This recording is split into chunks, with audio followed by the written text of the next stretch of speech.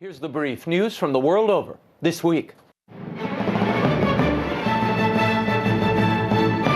It's Trump. According to the Associated Press, Donald Trump has reached the magic number of delegates needed to clinch the GOP nomination.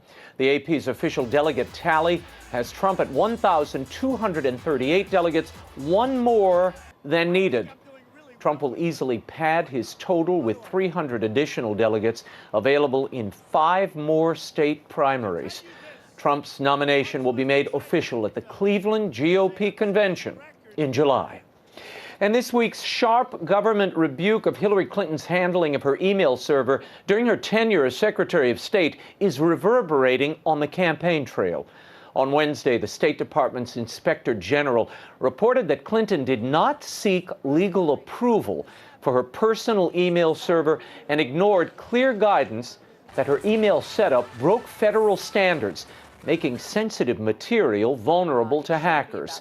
Clinton and her aides have declined to be interviewed. Opponents of the Democratic presidential candidate are pointing to the audit as proof that Clinton is not trustworthy or qualified to be commander-in-chief. GOP nominee Donald Trump called the report devastating for, quote, crooked Hillary, and questioned both Clinton's integrity and her judgment. Bernie Sanders' campaign would only comment that the report speaks for itself. More bloodshed in Syria. Suicide bombers coordinated attacks on 2 cities on Monday, killing at least 150 people and injuring another 200. 7 bombings targeted civilians in the coastal cities of Tartus and Jable, hitting bus stations and a hospital. The Islamic State has claimed responsibility. The region is considered a stronghold for President Bashar al-Assad and is home to a large population of Christian refugees and other religious minorities from across the country. Meanwhile, in Aleppo, a missile struck the Franciscan Terra Sancta Middle School, killing 1 and injuring 2 others. On Wednesday, Pope Francis asked for prayers for the bombing victims and their families. He asked for the conversion of hearts for those who sow death and destruction. Meanwhile, within hours of the bombing, Pope Francis met with Sheikh Ahmed El Tayeb, the Grand Imam of Egypt's Al-Azhar University and a leading Sunni cleric. They talked of rejecting religiously motivated violence. According to a Vatican statement, the two discussed, quote, the common commitment of the authorities and faithful of the great religions of peace in the world, the rejection of violence and terrorism, the situation of Christians in the context of conflict and tension in the Middle East, and their protection.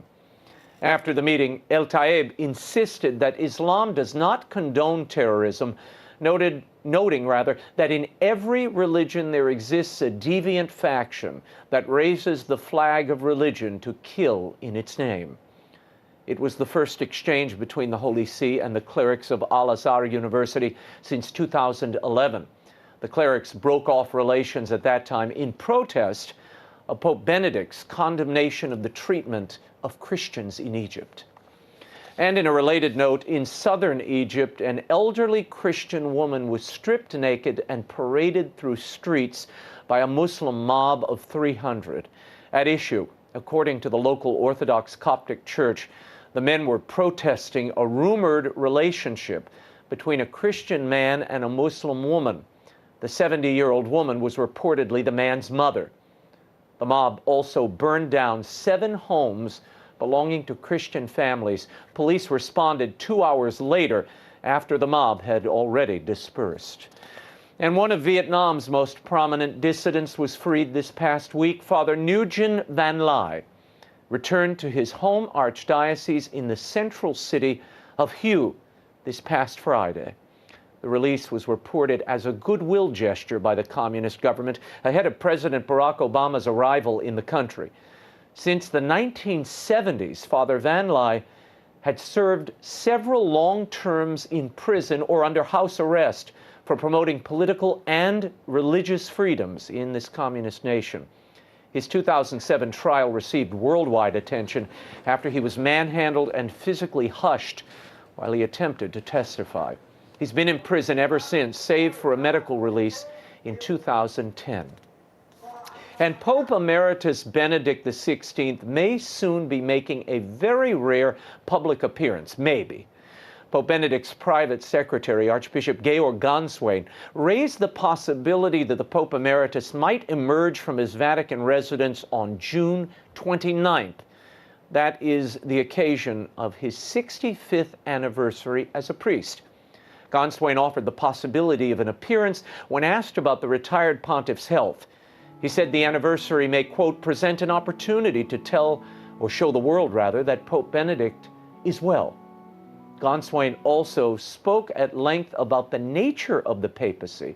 He claims that the two popes, Francis and Benedict, represent an expanded Petrine ministry, with one active member and one contemplative. Those comments have aroused some controversy. And the historic restoration work at the tomb of Jesus inside the Church of the Holy Sepulchre was launched on Friday. Clerics from the three churches that oversee the church, Greek Orthodox, Roman Catholic, and Armenian, shook hands in a show of unity next to the scaffolding that has been erected. This is the first time in almost 2 centuries that the tomb will be repaired and reinforced. The National Technical University of Athens is overseeing the project. Pilgrims will be able to continue visiting the site while the work is underway. It's expected to last up to a year. And as we move into the summer months, summer reading is so important. Kids can lose many months of schooling if they don't read continuously. So I'm launching a new contest. I want you to tweet or email me a picture of your favorite kid at heart reading Will Wilder, The Relic of Perilous Falls, my recent children's book, and I will, at random, pick 10 lucky winners to receive a free copy of the audiobook. Now, I did all the voices on the Will Wilder, The Relic of Perilous Falls audiobook. It's a lot of fun. So email me your pictures or tweet them. You can reach me on Twitter at Raymond Arroyo or at Raymond@RaymondArroyo.com. And I'll announce the winners in a few weeks. Will Wilder's first adventure is available in bookstores in hardback and audio everywhere. For more information, visit RaymondArroyo.com.